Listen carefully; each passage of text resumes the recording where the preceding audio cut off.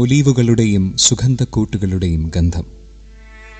രാത്രിയാകെ ഘനപ്പെട്ട പോലെ തോട്ടത്തിൻ്റെ ചുവരുകൾക്കപ്പുറത്തെവിടെയോ ചരിത്രം ശ്വാസമടക്കി പിടിച്ചിരിക്കുന്നതറിയാതെ ഒരു നഗരം അന്തിയുറങ്ങുന്നു. മങ്ങിത്തെളിയുന്ന ചൂട്ടുവെളിച്ചം നീളുന്നത് അവളുടെ മുഖത്തേക്കാണ്. അവളുടെ കണ്ണുകളിൽ നമുക്കറിയുന്നതും അറിയാത്തതുമായ ദുഃഖങ്ങളുടെ നിഴലാട്ടം. പരിശുദ്ധ സ്നേഹത്തെ അതിൻ്റെ പിറവിക്ക് മുൻപേ അറിഞ്ഞ അവൾ ഇവിടെ ഇപ്പോൾ പ്രത്യാശയ്ക്കും നിരാശയ്ക്കും ഇടയിലെ ഇരുളിൻ്റെ വിളുമ്പിൽ നിൽക്കുന്നു. പ്രഭാതത്തിനു മുൻപേ ഒരു ചുംബനം നൽകപ്പെടും, യാത്രയയപ്പിൻ്റെ മാതൃചുംബനം. അവളുടെ ചുണ്ടുകൾ ആ കവിൾത്തടം തൊടുമ്പോൾ ഈ ഇരുണ്ട രാത്രിയിൽ പ്രപഞ്ചമാകെ നിശബ്ദതയിൽ കുളിരുകൊള്ളും. ഞങ്ങൾ വിനയപുരസ്സരം അവതരിപ്പിക്കുന്നു മറിയത്തിൻ്റെ ചുംബനം.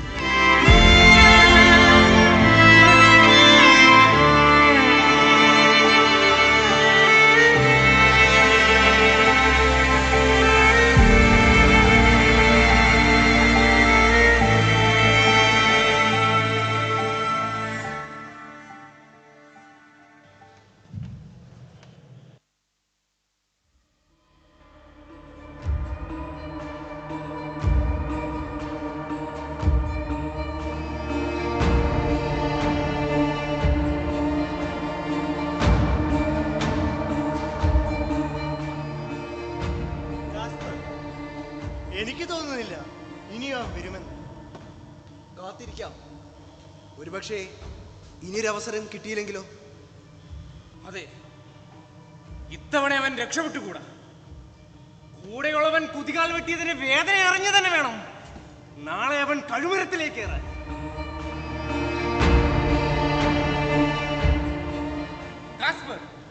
വിശ്വസിക്കാമോ ഈ വരുന്നവനെ? കൂട്ടത്തിലുള്ളവനാണെങ്കിലും പലപ്പോഴും അവൻ ഒറ്റയാനാ. അതുകൊണ്ട് തന്നെ ഇരു ചെവി അറിയാതെ നിങ്ങളുടെ ലക്ഷ്യം നിർത്താൻ പറ്റിയ ആൾ ഇവൻ തന്നെയാണ്. ദാ എത്തിക്കഴിഞ്ഞു യൂദാസ്.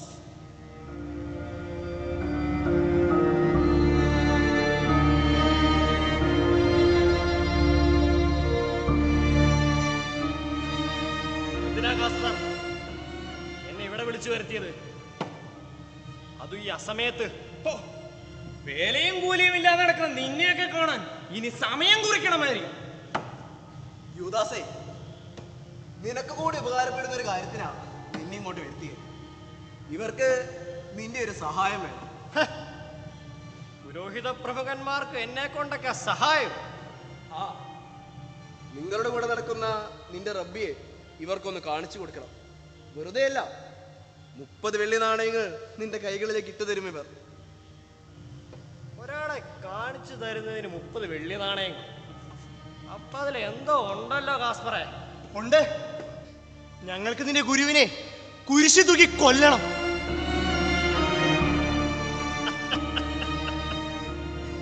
മരിച്ചവനെ ഉയർപ്പിച്ചവനവൻ. നിങ്ങൾക്കവനെ തൊടാൻ പറ്റില്ല. കണ്ട പാപികളുടെയും വേശികളുടെയും തിണ്ണ നിറങ്ങി നടക്കുന്ന നിന്റെ ഒന്നും ഉപദേശം ഞങ്ങൾക്ക് വേണ്ട. പറഞ്ഞ കൂലിക്കുള്ള ജോലി അത് ചെയ്യാൻ പറ്റുമോ? കേട്ട തമാശക്കൊന്ന് ചിരിച്ചു പോയെന്നേ ഉള്ളൂ. ഈ കൂലിക്കുള്ള ജോലി അത് ഞാൻ ചെയ്തോണം. പക്ഷെ എനിക്കിപ്പോ പോണം. അവിടെ ഗുരു എനിക്ക് പെസഹ ഒരുക്കി വെച്ചിരിക്കുക. അതിനു മുമ്പ് എനിക്കവിടെ എത്തണം. യൂദാസേ, എവിടേക്കാണ് വരേണ്ടതെന്ന് പറഞ്ഞില്ല. അവൻ എന്നും പ്രാർത്ഥിക്കാറുള്ള ആ തോട്ടമില്ലേ, അവിടെ വന്നാ മതി. അടയാളം കൂടി പറഞ്ഞിട്ട് പോകൂ. ഞാൻ ആരെ ചുംബിക്കുന്നു അവനായിരിക്കും നിങ്ങൾ അന്വേഷിക്കുന്ന നസ്രത്തിലെ യേശു.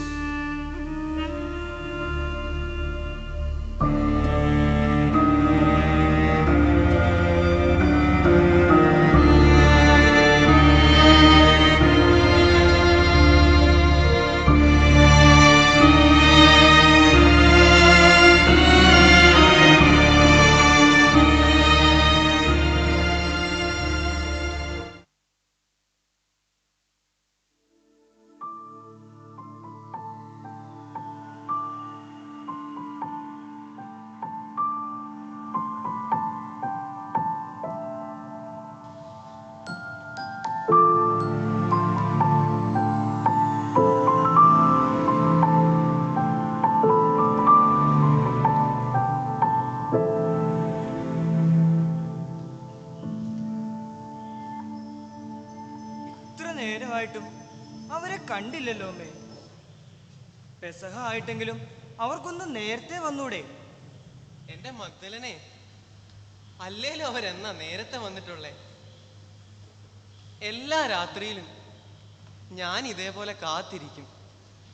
പക്ഷേ എത്ര വൈകിട്ടാണെങ്കിലും അവൻ വരും കേട്ടോ. എന്റെ കവിളിൽ ഒരു ചുംബനം തരാതെ അവൻ ഉറങ്ങാൻ കിടക്കില്ല. കൊള്ളാം. എല്ലാവരോടും ഒത്ത് പെസഹ ആചരിക്കാനാ ഞാൻ വന്നത്. ഇനി ഞാൻ കൊണ്ടുവന്ന പെസഹാപ്പ എന്തിനാ? ഞാനത് തിരികെ കൊണ്ടുപോവുക. അമ്മേ, പുറത്ത് നല്ല മഞ്ഞുണ്ട്. അമ്മ അകത്ത് കയറിയിരി.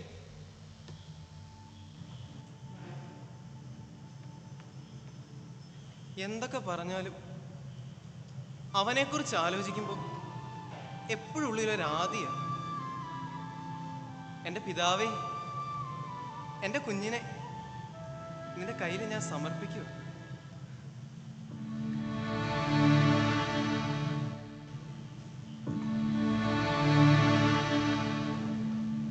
ആരാ അത്? യൂദാസ് ആണോ? യൂദ മോനെ, നീ ഒറ്റയ്ക്കാണോ വന്നത്? ബാക്കിയുള്ളവരൊക്കെ എവിടെ? അവൻ വന്നില്ലല്ലേ? ആ തോട്ടത്തിൽ പ്രാർത്ഥിക്കുമ്പോ അലഞ്ഞു തിരിഞ്ഞ് നടക്കുമല്ലോ, കണ്ടില്ലേ കോലം കെട്ട്.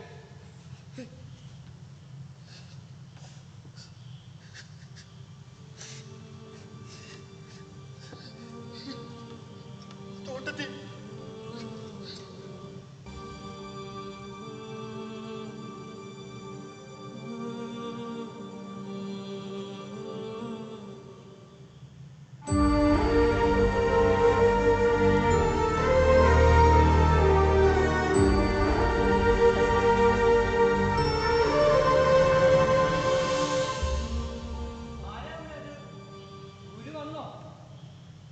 ഇല്ല മോളെ, അവനിന്ന് വരും തോന്നുന്നില്ല.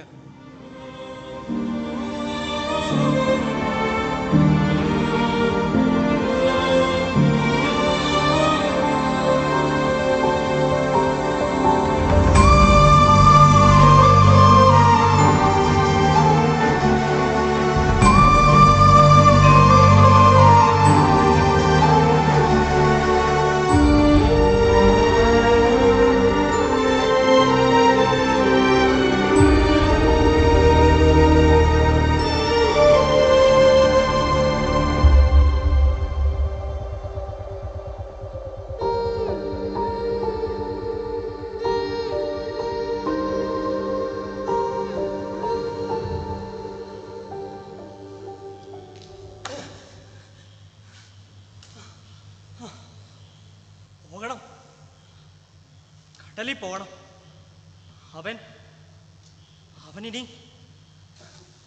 അവനിനി വരുമെന്ന് തോന്നുന്നില്ല. മോഹൻലാലേ, എന്തൊക്കെയാ നീ പറയുന്നേ? അവനിനി വരില്ലല്ലേ? പോകണം. ശൂന്യത, ആർക്കും നിർവചിക്കാനാവാത്ത ശൂന്യത. എനിക്കിത് താങ്ങാൻ വയ്യ. മോഹൻലാലേ, അവൻ ഇനി വരില്ലെന്ന് നിനക്ക് ഉറപ്പാണോ? എല്ലാം അവസാനിച്ചെന്ന് നീ വിശ്വസിച്ചോ? ഇല്ല യോഹന്നാനെ, ഒന്നും അവസാനിച്ചിട്ടില്ല. പിന്നെ ഇന്നലെ കണ്ടതും കേട്ടതുമെല്ലാം സ്വപ്നമായിരുന്നോ? അവസാനിച്ചു, എല്ലാം അവസാനിച്ചു. എല്ലാം അവസാനിച്ചത് ആ തോട്ടത്തിലാ. കൂടെയുള്ളവൻ തന്നെ അവന്റെ കുതികാല് വെട്ടി, ബാക്കിയുള്ളവരെല്ലാം ചിതറി ഓടി. ഇനി വലയും കടലും തന്നെ അഭയം. ഞാൻ മാത്രമല്ല, പലരും പഴയ തൊഴിലിലേക്ക് പോകേണ്ടി വരും. യോഹന്നാനെ, ഞാൻ എങ്ങനെയായിരുന്നെന്നും ഇപ്പൊ ഞാൻ എങ്ങനെയാണെന്നും എനിക്ക് നല്ല ബോധ്യമുണ്ട്. ഞാൻ അവന്റെ പിന്നാലെ വന്നത് വീണ്ടും ആ പഴയ ജോലിയിലേക്ക് തിരികെ പോകാനല്ല. തെറ്റുകൾ ഒരുപാടുണ്ടായിട്ടുണ്ട്. പക്ഷേ എന്നെ മനസ്സിലാക്കി എന്നോട് ക്ഷമിച്ച അവൻ്റെ കരുണയാ എന്നെ ഇവിടെ നിർത്തുന്നത്. എനിക്കിനി ആ പഴയ ജീവിതത്തിലേക്ക് പോകാൻ പറ്റില്ല.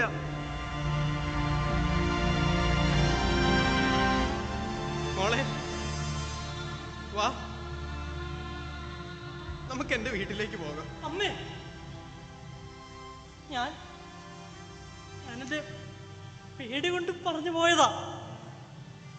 ആരെയും ബുദ്ധിമുട്ടിപ്പിക്കാനോ വേദനിപ്പിക്കാനോ പറഞ്ഞതല്ല. എനിക്കിനി അമ്മയല്ലേ ഉള്ളൂ. അമ്മ കൂടി പോയാ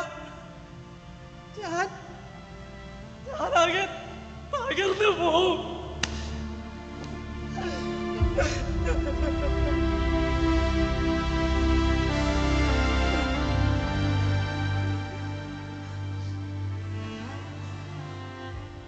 ഗുരു എന്നെ ഏൽപ്പിച്ചതാ. അമ്മ എങ്ങും പോകുന്നില്ല. അമ്മ എൻ്റെ കൂടെ തന്നെ വേണം. അമ്മയ്ക്ക് ഞാൻ കഴിക്കാൻ തരട്ടെ?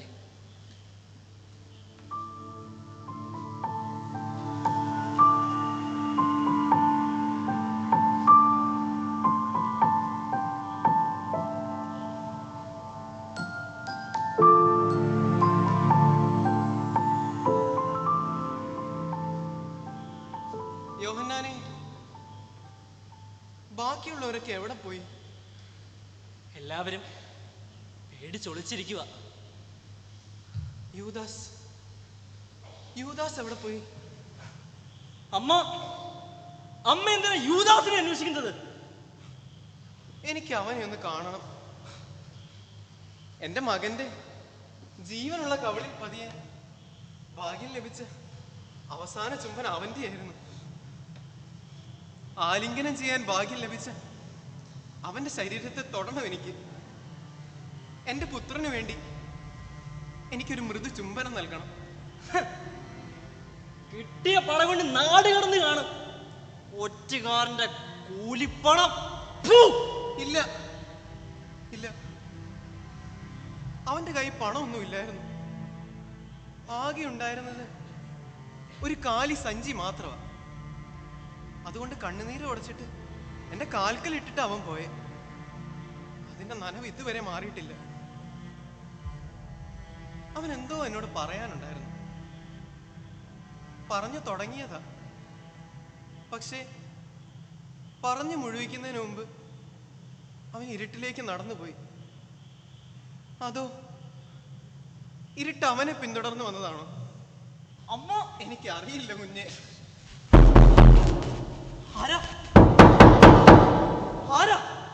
ഞാനോ ജോസഫ്, അരിമത്തിയക്കാരൻ. എന്താ ജോസഫേ, യഹൂദ പ്രമാണിമാർ ആരെങ്കിലും അന്വേഷിക്കുന്നുണ്ടോ? അതല്ല, വേറൊരു കാര്യം പറയാനാണ് ഞാൻ വന്നത്. എന്നാലും അവൻ ഇത് എന്തിനു ചെയ്തെന്ന് എത്ര ആലോചിച്ചിട്ടും എനിക്ക് പിടികിട്ടുന്നില്ല. കാര്യം തെളിച്ചു പറ ജോസഫേ. യൂദാസ് മരിച്ചു. കെട്ടിത്തൂങ്ങി മരിച്ചെന്നാ കേൾക്കുന്നേ. ഇനി നമ്മൾ ഒറ്റുകാരന്റെ വിധി അതങ്ങനെ തീർന്നെന്ന് വിചാരിച്ചാ മതി. യോഹന്നാനെ, നിന്റെ വാക്കുകൾ പിഴയ്ക്കുന്നു. ജോസഫേ, നീ കണ്ടോ അവനെ? ഇല്ലമ്മേ, കേട്ടറിഞ്ഞത് മാത്രമേ ഉള്ളൂ. അമ്മ എന്തിനാ ഇത്ര ആകുലപ്പെടുന്നത്?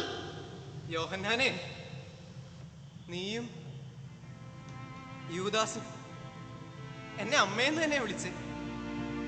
അവനും എനിക്ക് മകൻ തന്നെയാ. അതിനിപ്പോ എന്താ ചെയ്തു തീർക്കാൻ ഇനിയും നമുക്ക് ബാക്കിയുണ്ട്. പത്രോസിനെ വിളിക്ക്. എന്തിനാ അമ്മേ? യാത്രയാക്കണം.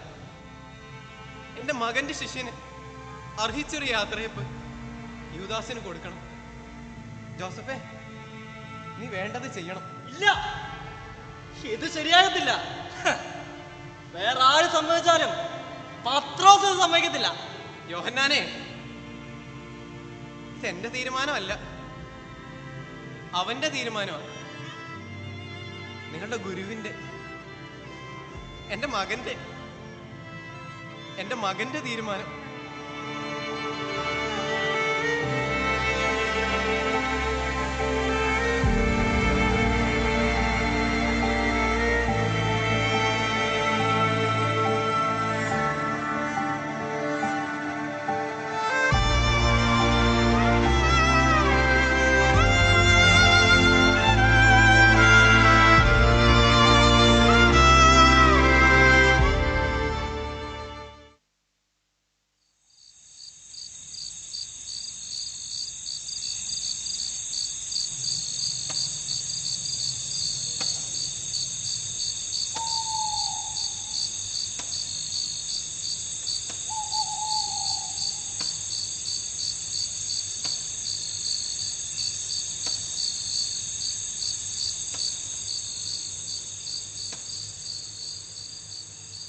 എത്ര നാളെന്ന് വിചാരിച്ചാ പത്രോസേ ഇങ്ങനെ ഒളിച്ചു ജീവിക്കുന്നത്?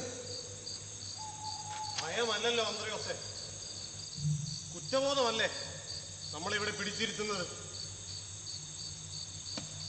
ആരൊക്കെ ഉപേക്ഷിച്ചാലും കൂടെ കാണുമെന്ന് വാക്കുകൊടുത്തതാ. എന്നിട്ട് ഞാൻ തന്നെ തള്ളി പറഞ്ഞില്ലേ, ഒന്നല്ല 3 വട്ടം. അറിയാമായിരുന്നു, അവനെല്ലാം അറിയാമായിരുന്നു. ആരാത്?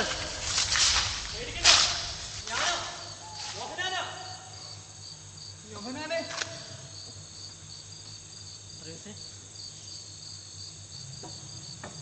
യോഹന്നാനെ, അമ്മ എന്നെ ഇങ്ങോട്ട് അയച്ചത്. നിങ്ങളിതെല്ലാം കഴിച്ചു. ദേ, അമ്മ തന്നു വിട്ടതാ.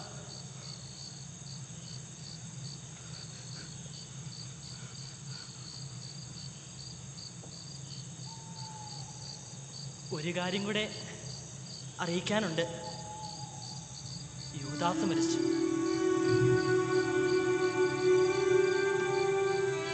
കെട്ടിത്തൂങ്ങിയ മരിച്ച് എല്ലാരും കൂടി അവനെ കബറടക്കണമെന്നാ അമ്മ പറയുന്നേ. പത്രോസേ, കൂടെ നടന്നവനെ ഒറ്റിക്കൊടുത്തതും പോരാ, അവന്റെ കബറടക്കത്തിനും കൂടി വരണമെന്നോ? ഇല്ല പത്രോസ്, ഇല്ല. അമ്മയ്ക്കിത് എങ്ങനെ പറയാൻ തോന്നി? ഗുരു ഒരിക്കലും അവനോട് ക്ഷമിക്കില്ല, ഒരിക്കലും. പത്രോസേ, അമ്മ എന്നെ ഇങ്ങോട്ട് അയച്ചത്. ആ അമ്മ അറിഞ്ഞിടത്തോളം ഒന്നും നമ്മൾ ആരും ഗുരുവിനെ അറിഞ്ഞിട്ടില്ല. ആ അമ്മ ഈ പറയുന്നത് നീ ഒന്നുകൂടെ ആലോചിക്ക്.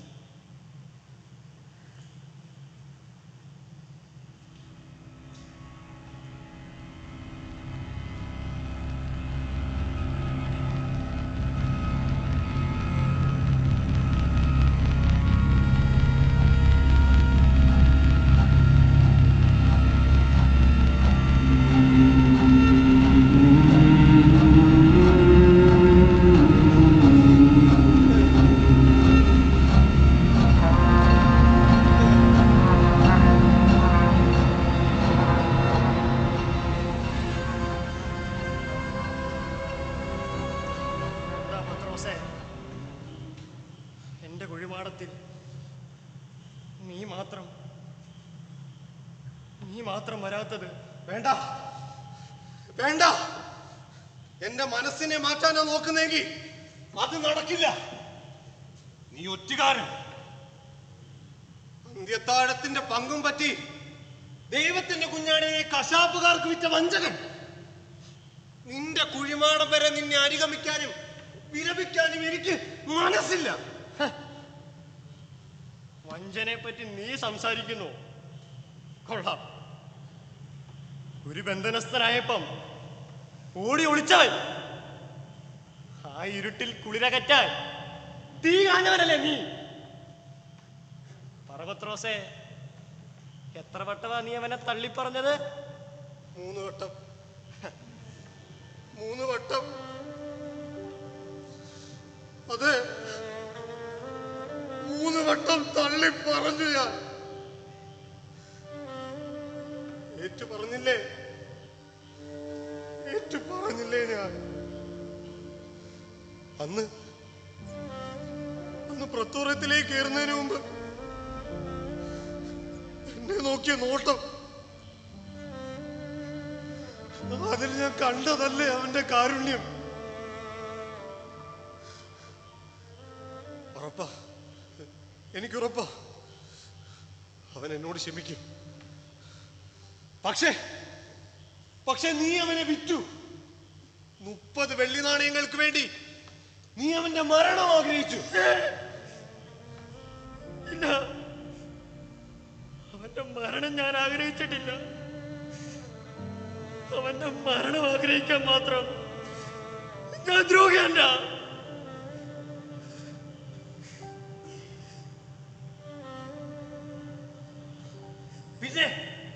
പിന്നെ എന്തിനായിരുന്നു ഇതെല്ലാം?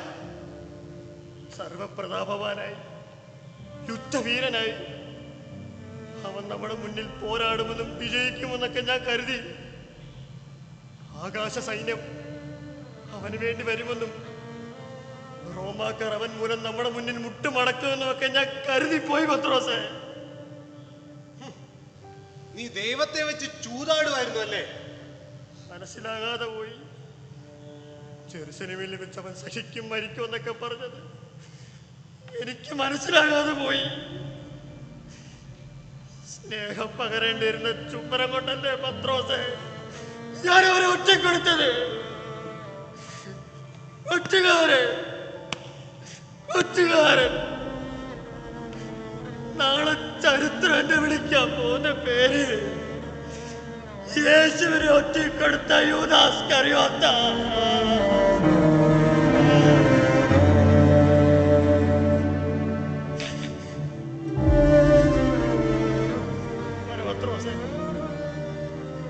ഞാൻ ആ കൊലക്കയറി എന്റെ ജീവിതം അവസാനിപ്പിച്ചില്ലായിരുന്നെങ്കിൽ എന്നോട് അവ ക്ഷമിക്കുമായിരുന്നോ? ക്ഷമിക്കും. എന്നെ അന്വേഷിച്ച കണ്ണുകൾ നിന്നെ അന്വേഷിച്ചു കാണും. പക്ഷെ അതിനു മുമ്പ് നീ പോയി. നിനക്ക് തിരിച്ചു വരാമായിരുന്നില്ലേ യൂദാസേ? പറ്റിയില്ല. ഒറ്റയ്ക്ക് ആരുമില്ലാതായപ്പോ ചെയ്തു പോയതാ. ഇനി ആരും കുറ്റബോധത്താ ആ കയറെടുക്കാതിരിക്കാനുള്ള താക്കീതായിരിക്കും ഞാൻ. എല്ലാ കാലത്തേക്കുള്ള താക്കീത്. ഒരൊറ്റ സങ്കടമുള്ളൂ, ഇതൊന്നും എനിക്ക് അമ്മയോട് പറയാൻ പറ്റിയില്ല. എല്ലാം പറയണമെന്നർപ്പിച്ച ആ രാത്രി പോയതാ. എല്ലാം ഒന്നേറ്റു പറഞ്ഞ് ആ മടിയിൽ കിടന്നൊന്ന് പൊട്ടിക്കരയണമെന്നുണ്ടായിരുന്നു. സ്നേഹത്തിന്റെ ഒരു മറുചുംബനം അമ്മയ്ക്ക് കൊടുക്കണമെന്നുണ്ടായിരുന്നു. പക്ഷെ അതിനൊന്നും എന്നെ കൊണ്ട് സാധിച്ചില്ല. സ്വന്തം മകനെ ഒറ്റക്കൊടുത്തവന്റെ കബറടക്കത്തിനാ ഇന്ന് അമ്മ മുന്നിൽ നിൽക്കുന്നത്. അവിടെ അമ്മ എന്നെ തോൽപ്പിച്ചു കളഞ്ഞു. അമ്മയും മകനും സ്നേഹം കൊണ്ട് എന്നെ തോൽപ്പിച്ചു കളഞ്ഞു. ഞാൻ ജനിക്കാതിരുന്നെങ്കിൽ എത്ര നന്നായിരുന്നു.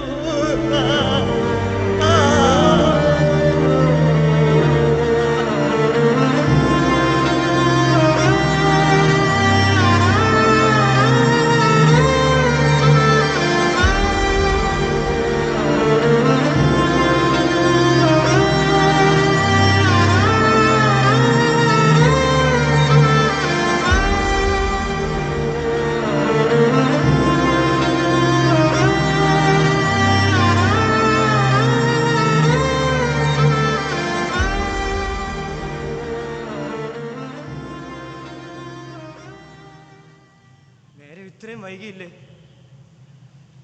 ഇനി ആരെങ്കിലും കാത്തിരിക്കണോ? വേണ്ട, ഇനി ആരെയും പ്രതീക്ഷിക്കണ്ട. യാക്കോബേ, കല്ലറ അടയ്ക്ക.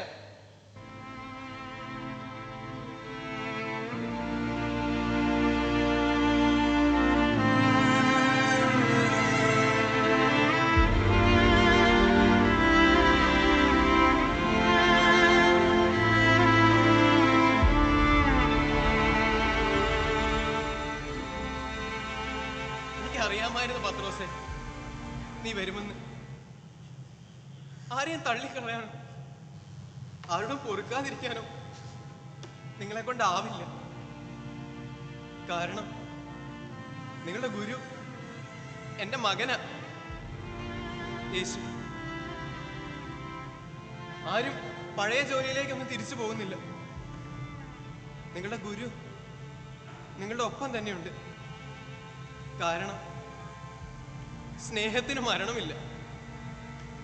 ആ സ്നേഹം ഉയർക്കുക തന്നെ ചെയ്യും.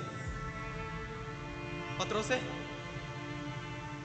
യൂദാസിനുള്ള അന്ത്യചുംബനം ഞാൻ കൊടുക്കാം എൻ്റെ മകന് വേണ്ടി.